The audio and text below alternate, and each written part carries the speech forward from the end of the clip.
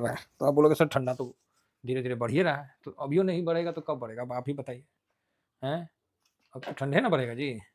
तो ठीक है, ठंडा बढ़ेगा, शादी ब्याह का सीजन आ रहा है, अभी दुनिया भर का शादी है। और सबसे अच्छी बात है कि हमारे सब्सक्राइबर का भी, जो हमारे फैमिली है टीपीएसएम फैमिली के लोग, उनकी भी शादी हो रही है। तो भाई उन्होंने न्योता तो दिया है, लेकिन क्या करें, हमारे घर में भी शादी है, जिस कारण हम उनका मतलब नहीं वहाँ पहुँच पाएंगे, इसलिए खेद है। तो आप बोलिएगा सर कहाँ पर ही, तो बोकारो से आया था, समझे नहीं, बोकारो से। तो हम बोले भाई साहब आना था, लेकिन नहीं आ, इसलिए नहीं आ पाएंगे क्योंकि हमारे घर में भी 29 को शादी है, मतलब भतीजी लगेगी उनका। हाँ बोले ठीक है। तो चलिए, शादी विवाह का समय आ रहा है, अपने आप को फिट फॉर रखिए, ऐसे भी ठंडा आ रहा है ठंडा में ऐसे भी नहाने वाले लोग हैं कि एक दिन में एक बार ही नहाएंगे, हफ्ता में भी एक बार नहाएंगे, अब महीना वाले भी हैं क्या कोई हैं, बोलते नहीं है, कहावत ही था कि, क्या था कहावत था एक, सर मैं बताता हूँ, मुझे ध्यान में आ रहा है, और नहाने पे ही है कि रोज नहाए सो ठेम करे, कार्तिक नहाए सो कुत्ता, माघ नहाए से महापापी, ना नहाए से देवता तो एक से एक लोग डायलॉग भी याद बना रखे हैं। और अचानक से भी याद आ गया कि भाई नहीं नहाने पे भी सबका अपना अपना अलग अलग मत है। तो अब आप बोलोगे सर आपका क्या मत है, हम लोग भैया देखिए क्या है, जब समय मिलता है तब उस हिसाब से कार्रवाई कर लेते हैं। हम किसी भी चीज़ के लिए प्रतिबद्ध नहीं है।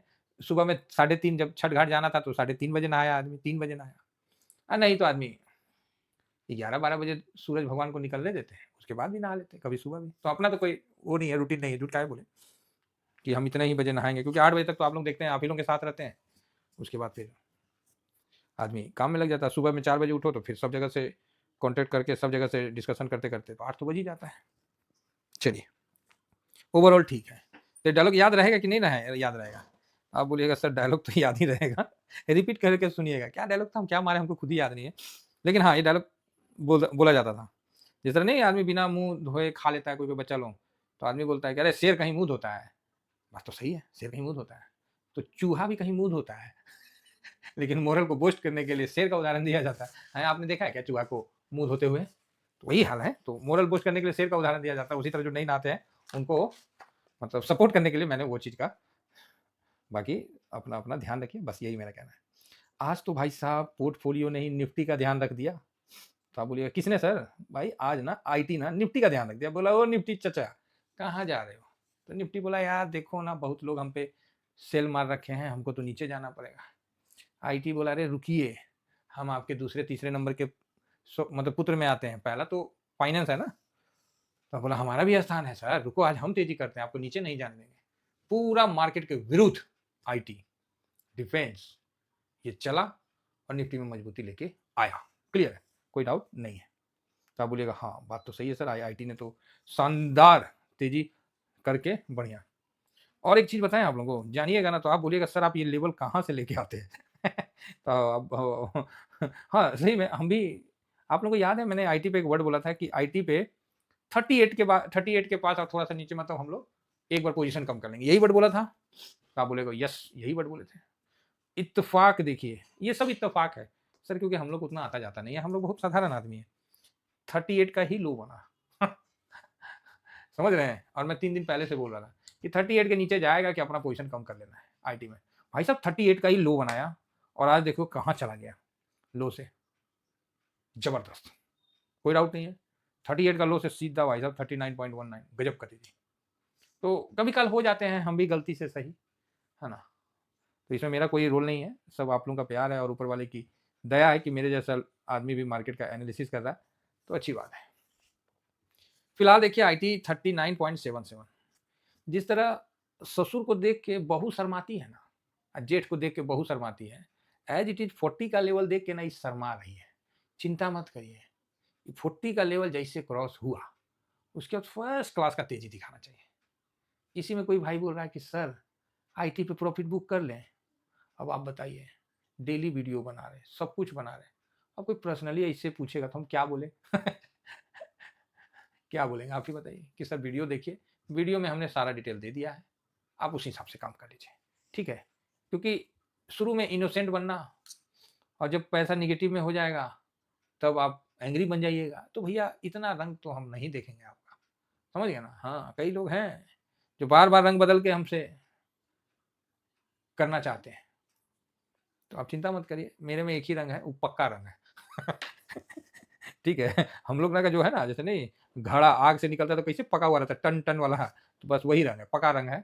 हमारे पास खामोखा वाली बात की ज़रूरत ही नहीं है। तो यहाँ 40 का लेवल ये काफ़ी टाइम से रेसिस्टेंट लेने का कोशिश कर, देखिए यहाँ भी आया था, तो यहाँ भी 39.66 से नीचे आ गया और फिर अभी देखिए एक दिन में इतना अच्छा तेज़ी बना, अरे 38.60 है, मतलब साढ़े 3 से 4% का तेज़ी बन गया 2 दिन में। 40 का लेवल निकलता है, फिर एक नया भाई साहब, नया लेवल में घुस जाएगा।